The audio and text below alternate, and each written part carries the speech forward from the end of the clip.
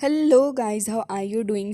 इस एपिसोड की स्टार्ट होती है और हमें दिखाया जाता है मैजिक माउंटेन का सीन, जहाँ पर अभी ट्रू यान एम्परर खड़े हुए थे और वो तो यहाँ पर काफ़ी ज़्यादा भड़के हुए होते हैं इस लेडी के ऊपर और कह रहे होते हैं कि 100 मिलियन ईयर्स पहले तुमने आखिर क्या किया था। मैंने उन सारी चीज़ों को यहाँ पर पूरे तरीके से वापस से रिसर्च किया है और मुझे पता चला कि तुम वहाँ उस इवेंट के पास गई थी इन्वेस्टिगेट करने के लिए। क्या तुम्हें उसके बावजूद भी यहाँ पर पता नहीं चला? साथ ही यहाँ पर वो जो इन्वेस्टिगेशन रिपोर्ट थी, तुमने उसके बारे में किसी को भी नहीं बताया। इसके अलावा वो ये भी कह रहे थे कि ऐसा लग रहा है कि तुम तो अब जानबूझकर सच को कवर करने की कोशिश कर रही हो। इवन सच तो तुम्हें पहले से ही पता है कि असल में उस जगह पर हुआ क्या था। तुम ये बात बहुत ही अच्छे से जानती हो कि मैंने यहाँ पर तुम्हारी बहन को नहीं मारा। इवन वो तुम ही थी जिसकी वजह से तो उसको ये सब कुछ झेलना पड़ा। अब ट्रू यान एम्परर इतनी बड़ी बड़ी बातें कह रहे होते हैं तो ये सुनकर वहाँ पर उसे काफ़ी गुस्सा आ रहा होता है और साथ ही यहाँ पर वो ये कहने लग जाती है कि अच्छा, और अब मुझे लग रहा है कि शायद तुम यहाँ पर क्या करने के लिए आए हो वो चीज़ बिल्कुल ही सही है। यहाँ पर तुम मुझे ख़त्म करने के लिए आए हो। जिसके साथ ही वो ये भी कह रही होती है कि देखो कितनी शर्म की बात है कि अभी भी तुम्हें इसके बारे में सोचना पड़ रहा है ना। क्योंकि अगर तुम यहाँ पर ये सारी ही चीज़ें करोगे तो फिर तुम्हें यहाँ पर काफ़ी ज़्यादा बड़ा भुगतान करना पड़ेगा। और साथ ही तुमने यहाँ पर मेरी सिस्टर को 100 मिलियन ईयर पहले उस बैटल फील्ड के अंदर जब छोड़ दिया था, क्या तुमने तब नहीं सोचा उसके बारे में क्या होगा? तुमने तब तो यहाँ पर उसे छोड़ दिया जबकि वो तुम्हारी लवर हुआ करती थी। ये सुनने के बाद तो यहाँ पर सारे के सारे जो जितने भी वॉरियर्स खड़े हुए थे सभी हैरान हो जाते हैं कि ट्रू यान एम्परर की लवर भी थी। और ये सुनने के बाद तो अब यहाँ पर अपना लुओ फैंग कह रहा होता है कि बबाता आखिर किस इंसिडेंट के बारे में बात कर रही हैं, क्या वो तुम मुझे इसके बारे में थोड़ी इन्फॉर्मेशन दे सकती हो? जबकि बबाता तो पहले इन सारी चीज़ों के बारे में रिसर्च करने के लिए बैठ चुकी थी और कह रही होती है कि असल में बात यह है कि 100 मिलियन ईयर पहले यहाँ पर एक वॉर हुई थी डीमंस मॉन्स्टर्स के बीच में, और इसी वजह से यहाँ पर ह्यूमन और डीमन के बीच की जो फाइट थी वो बहुत ही ज़्यादा खतरनाक चली उस बैटल फील्ड के अंदर। यहाँ इस लेडी की बहन भी मौजूद थी जो कि एक इमोर्टल थी। साथ ही वो यहाँ पर वर्चुअल यूनिवर्स कंपनी के अंदर एक बहुत ही बड़ी और मेन पोजीशन को होल्ड भी किया करती थी। लेकिन यहाँ पर एनिमीज ने लगातार अपने हमलों को जारी रखा, जिसकी वजह से यहाँ पर अब जब उसे समझ में आ गया कि यहाँ पर ह्यूमन रेस को बचाने के लिए उसके पास में ज़्यादा वक्त नहीं है, तो तब यहाँ पर उनको बचाने के लिए उसने काफ़ी एफर्ट्स डाले और साथ ही उस इमोर्टल की जान भी चली गई इन सारी वजह की वजह से। ये सुनने के बाद तो अब यहाँ पर लुओ फेंग भी हैरान था कि आखिर ये कितना बड़ा डिज़ास्टर हो सकता है जो कि यहाँ पर इतने पावरफुल पर्सन को भी खुद ख़त्म होने पर मजबूर कर दे।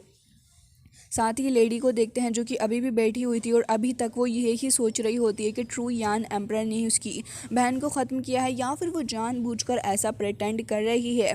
साथ ही यहाँ पर अब ट्रू यान एम्परर भी उसके सामने ही खड़े हुए होते हैं और कह रहे होते हैं कि मैंने उसे बिल्कुल भी ख़त्म नहीं किया।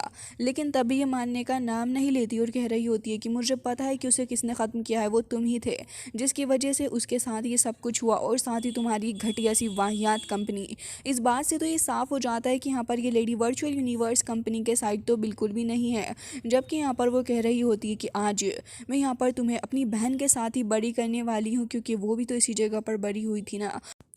और ये बात कहने के बाद तो यहाँ पर वो कह रही होती है कि अब तुम देखो, और ये कहकर तुरंत अपनी टेरिफाइंग पावर को रिलीज़ कर दी और आसपास काफ़ी ज़्यादा आइस आ चुकी थी जो कि यहाँ पर काफ़ी तेज़ी से शार्प तरीके से आगे बढ़ रही होती है ट्रू यान एम्परर की तरफ, और हमें दिखाया जाता है कि बहुत ज़्यादा फोर्स के साथ भी वो आगे बढ़ रही होती है। जबकि यहाँ पर जितने भी वॉरियर्स मौजूद थे वो सभी के सभी यहाँ पर अपने आप को प्रोटेक्ट कर रहे होते हैं। इल्यूजन बीस्ट भी यहाँ पर हमें देखने के लिए मिलते हैं जो कि एक साथ बरस पड़े थे और ये सारे के सारे इल्यूजन बीस्ट जैसे ही वहाँ पर आते हैं और यहाँ पर एक स्ट्रॉन्ग फोर्स आती है। तो मैजिक माउंटेन की हालत भी इतनी ज़्यादा ख़राब हो चुकी थी कि बाहर की तरफ वो फोर्स हमें विजिबली शो हो रही होती है। इसके अलावा हमें ये भी देखने के लिए मिलता है कि माउंटेन्स के अंदर तो काफ़ी सारे होल्स हो चुके थे, जबकि माउंटेन के अंदर जब ये सारे ही लोग मौजूद होते हैं तो फिर इनकी भी हालत कुछ ठीक नहीं थी और सभी यहाँ पर बस अपने आप को बचाने के बारे में सोच रहे होते हैं। जिसकी वजह से हमें ये दिखाया जाता है कि यहाँ पर इसकी फ़ोर्स को ट्रू यान एम्परर ख़त्म कर देते हैं सिर्फ अपनी एक फिंगर का यूज़ करके। और अब उन्हें बहुत ज़्यादा गुस्सा भी आ रहा होता है, तो वो यहाँ पर अब उसे अपनी पावर का यूज़ करते हुए उसे अपने पास में कैद करना चाह रहे थे। वो तुरंत ही उसे कैद करते हैं, फिर खुद भी वहाँ से गायब हो जाते हैं। ये देखने के बाद तो अब ये सारे ही हैरान थे कि आखिर ट्रू यान एम्परर कहाँ चले गए हैं, जबकि लगातार इन लोगों को ग्राउंड मूव होने की आवाज़ें तो आ ही रही थी, साथ ही धड़ाधड़ ग्राउंड भी काफ़ी इंटेंसिटी के साथ हिल रहा होता है। जिससे कि ये चीज़ तो साफ़ हो जाती है कि यहाँ पर ये लोग स्पेस में जाकर फाइट कर रहे हैं। और लुओ फेंग कह रहा होता है कि इवन ये लोग इतना ज़्यादा ख़तरनाक लेवल पर फाइट कर रहे हैं कि यहाँ पर टाइम का फ्लो तक रुक चुका है, तो फिर इनकी स्पीड कितनी ज़्यादा ख़तरनाक होगी। और साथ ही ये लोग यहाँ पर स्पेस के अंदर भी चले गए थे फाइट करते करते। इवन ये फाइट इतनी ज़्यादा टेरिफाइंग थी कि आसपास जो कुछ प्लैनेट्स वगैरह होते हैं वो तक फ्रीज कर जाते हैं। इवन प्लैनेट फ्रीज करके लिटरली यहाँ पर ब्लास्ट कर जा रहे थे, और अभी भी इन लोगों की फाइट खत्म होने का नाम नहीं ले रही होती। तब हमें देखने के लिए मिलता है कि यहाँ पर इतना सब कुछ होने के बाद फाइनली जाके अब यहाँ पर ट्रू यान एम्परर आकर खड़े हो जाते हैं उसके सामने और कह रहे थे कि मैंने तो वो सब कुछ नहीं किया, लेकिन यहाँ पर इतने सारे ह्यूमन जीनियसिस के साथ जो गलत तुमने किया है और तुमने यहाँ पर लाकर उन्हें ख़त्म करने की और उन्हें हार्म करने की कोशिश की, तो इस वजह से अब मुझे यहाँ पर उनका रिवेंज तो लेना ही होगा। लेकिन ये सब कुछ सुनने के बावजूद भी वो कह रही होती है कि अच्छा, तो तुम्हें सच में लगता है कि तुम ऐसा कर पाओगे। लेकिन अब ट्रू यान एम्परर कह रहे होते हैं कि तुमने बदला लेने के लिए ज़र्ग को ज्वाइन कर लिया, तो तुम अब ज़र्ग की पावर में हो। ये सुनने के बाद तो अब वो यहाँ पर जवाब नहीं दे रही होती और गुस्सा करते हुए कहती है कि तुम जैसे कुत्तों को तो ख़त्म ही कर देना चाहिए, और यही सबसे ज़्यादा बेटर रहेगा क्योंकि तुम लोग डिज़र्विंग ही नहीं हो। ये सुनने के बाद ट्रू यान एम्परर अपने गुस्से को कंट्रोल करने की तो पूरी कोशिश कर रहे होते हैं कि बस कैसे भी करके यहाँ पर इस लड़की को बियर करा जाए। हालांकि वो थे तो बहुत ही ज़्यादा गुस्से में, लेकिन अब वो चुपचाप ही रहते हैं क्योंकि अब उन्होंने डिसाइड कर लिया था कि इस लेडी को यहाँ पर ख़त्म तो करना ही पड़ेगा। और इसी वजह से वो कह रहे होते हैं कि तुम्हारा अंतिम समय आ चुका। और साथ ही बाकी सारे वॉरियर्स को भी देखते हैं जो कि उसी वक्त उस जगह पर आकर खड़े हो चुके थे। तो फिर यहाँ पर ट्रू यान एम्परर इन सभी के सामने कुछ भी नहीं करना चाह रहे होते हैं, तो वो कह रहे होते हैं कि यहाँ से जल्द तुम निकल जाओ, क्योंकि मैं यहाँ पर मास्टर सोर्ड मास्टर यानी कि पो युन होंग को सब कुछ बताने वाला हूँ और मुझे जाकर उनसे मिलना भी होगा। ये सुनने के बाद तो यहाँ पर सारे वॉरियर्स एक एक करके वहाँ से निकल जाते हैं, क्योंकि उनका इस जगह पर कोई काम ही मौजूद नहीं था। और कह रहे थे कि मैजिक माउंटेन बहुत ज़्यादा खतरनाक है, ध्यान से जाना। सभी जा रहे होते हैं, लेकिन लुओ फेंग को देखते हैं जो कि वहाँ पर खड़े होकर सोचने लगा था, क्योंकि अब उसके मास्टर एक काफ़ी बड़ा डिसीज़न लेने वाले हैं। वो डिसीज़न जो कि वर्चुअल यूनिवर्स कंपनी को ही लेना चाहिए था, लेकिन कंपनी के बजाय वो खुद ही ले रहे हैं, तो फिर इसके बड़े कॉन्सिक्वेंसेस तो उनको फेस करने ही होंगे। तभी हम देखते हैं कि अब यहाँ पर वो कह रहे होते हैं कि तुमने यहाँ पर इतना सब कुछ किया और साथ ही तुमने ज़र्ग को भी ज्वाइन कर लिया, तुम्हें बिल्कुल भी शर्म नहीं आ रही, तुम यहाँ पर ह्यूमन रेस के पीस को ख़त्म कर रही हो, तुम्हें सच में इस सब चीज़ों की डिज़र्विंग नहीं हो जो तुमने किया। और मुझे लगता है कि तुम्हारी बहन भी तुम्हें इसके लिए कभी माफ़ नहीं करेगी। ये सुनने के बाद तो अब यहाँ पर वो तुरंत ही और भी ज़्यादा भड़क जाती है और ट्रू यान एम्परर के पैर से ही उनको पकड़ लेती है। और फिर भड़कते हुए कह रही थी कि अच्छा, तुम्हें लग रहा है कि मैंने उसे ख़त्म किया है, तुम वो पर्सन हो जिसने मेरी बहन को ख़त्म किया, समझे तुम, मैंने ऐसा कुछ भी नहीं किया है। और साथ ही यहाँ पर तुम होते कौन हो मुझे जज करने वाले। ये सुनकर ट्रू यान एम्परर बस अब अपने गुस्से को काबू नहीं कर पा रहे थे और तुरंत ही यहाँ पर उसे उसकी नेक से पकड़ लेते हैं और कह रहे थे कि तुमने इतना सब कुछ कर डाला, उसके बावजूद भी ऐसे बिहेव कर रही हो क्या, तुम्हें बिल्कुल भी शर्म नहीं आती।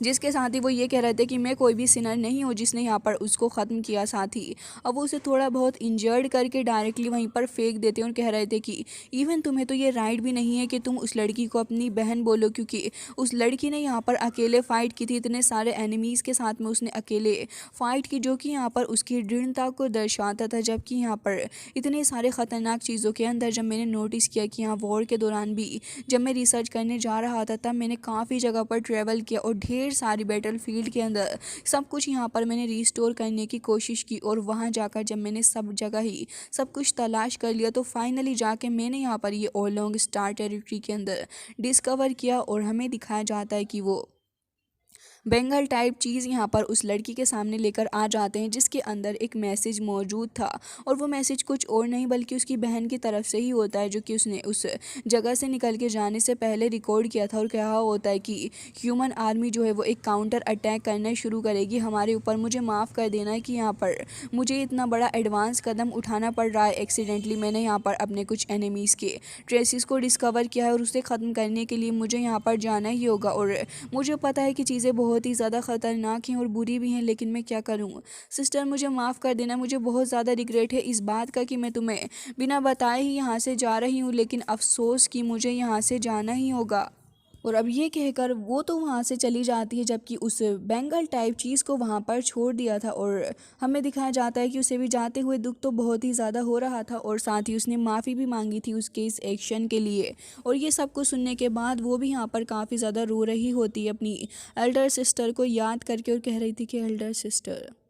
जिसके बाद गाइज ये सीन कट हो जाता है और अब हमें नेक्स्ट सीन दिखाया जाता है, जहाँ पर अब सारे वॉरियर्स कंपनी के अंदर वापस आ चुके थे। जबकि यहाँ पर ऊका और रोंगजुन मजाक कर रहे होते हैं, जबकि यहाँ दूसरी तरफ बैठा हुआ होता है अपना लुओ फेंग, जो कि कह रहा होता है कि फाइनली उस जगह से निकलने के बाद हमने काफ़ी कुछ हासिल किया। तो बबाता कह रही थी कि लुओ फेंग, हमने यहाँ पर बहुत सारी टोकन्स को हासिल किया है। इवन यहाँ पर इन सब का इस्तेमाल करते हुए हम ढेर सारी चीज़ों को एक्सचेंज कर सकते हैं, और इसकी वर्थ रहेगी up to 20 million Luo Feng. हम लोग और भी ज़्यादा वर्थ इट रहे इस ट्रिप पे जाने के लिए। वाकई में इस ट्रिप में मज़ा ही आ गया। जिसके बाद लुओ फेंग कह रहा होता है कि हाँ, और अब वो एक थोड़े डीप चिंतन के अंदर चला जाता है। बबाता लुओ फेंग से कहती है कि लुओ फेंग क्या हुआ है, तुम आखिर बात क्यों नहीं कर रहे।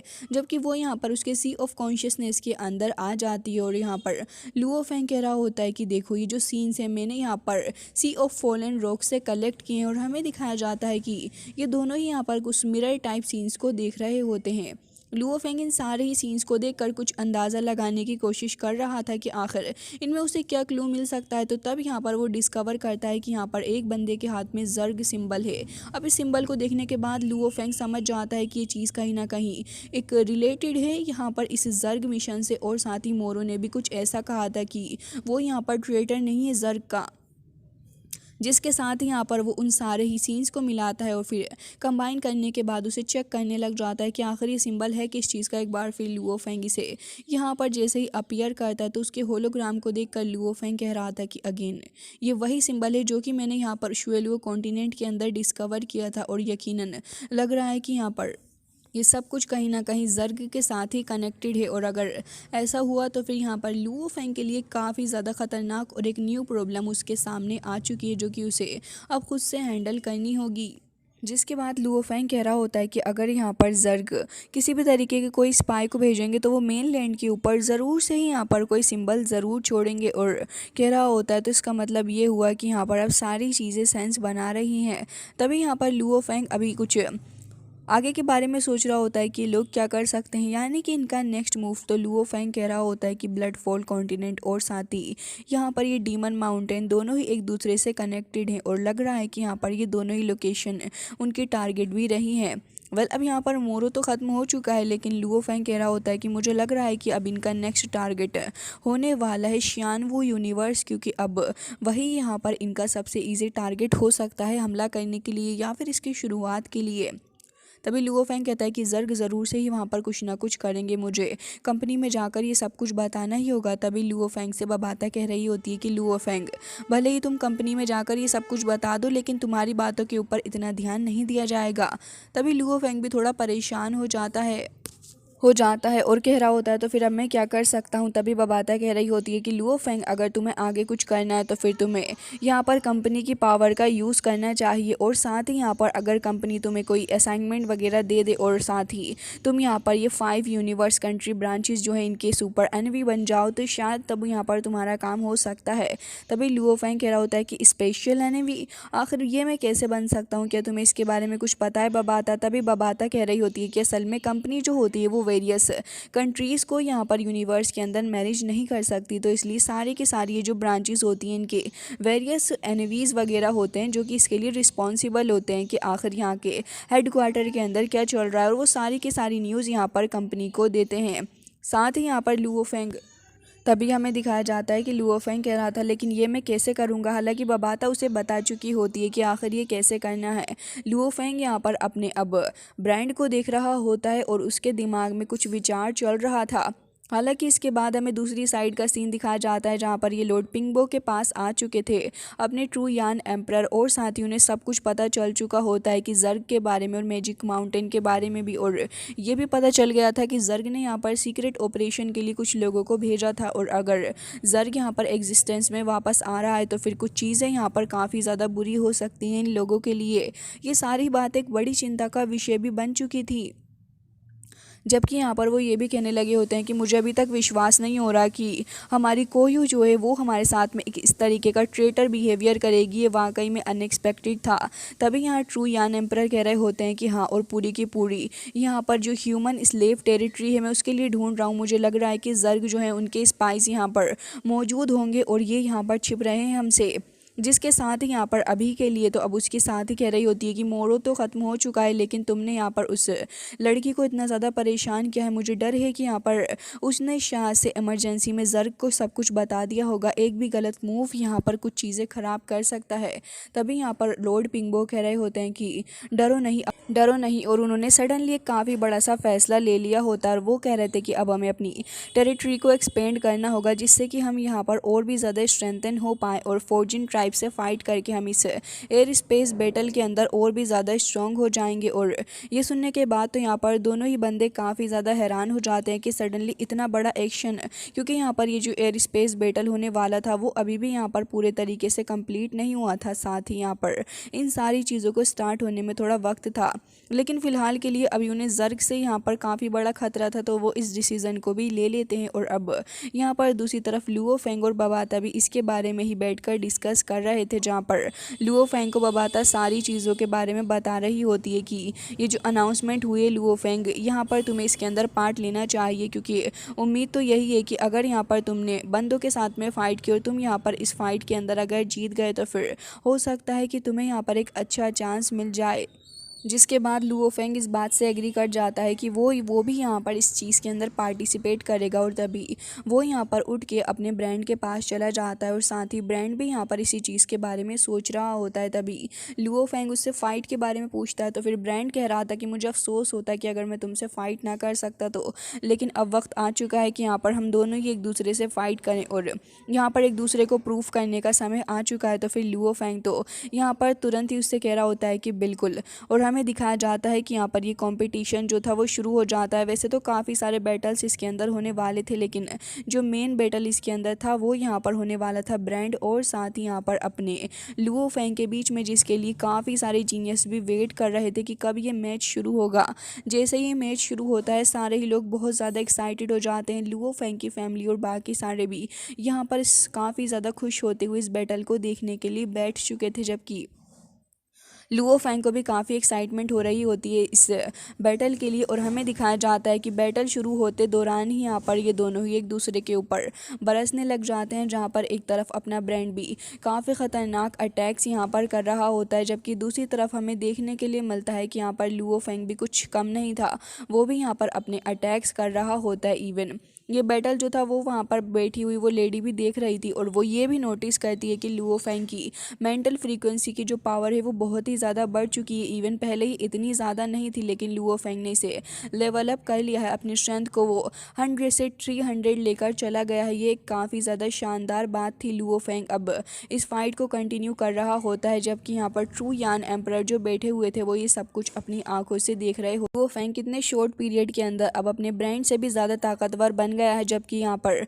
दोनों ही एक दूसरे के ऊपर अपनी अपनी सोर्स का यूज़ कर रहे होते हैं और अपने आर्मामेंट का यूज़ करके लुओ फेंग इस ब्रांड नाम के जीनियस को अच्छा सबक सिखा रहा था। जबकि यहाँ पर ब्रांड भी कुछ कम नहीं होता, वो भी यहाँ पर अपने मूव को काफ़ी फास्ट तरीके से कर रहा होता है और यहाँ पर लुओ फेंग के ऊपर इमीडिएटली आकर वो एक हमला भी करता है। लेकिन लुओ फेंग इस हमले को सहन करने के बाद तुरंत ही यहाँ पर एक बार फिर आपस में फ़ाइट करने लगा था और ये दोनों ही ऐसे ही एक दूसरे के साथ में फ़ाइट कर रहे होते हैं।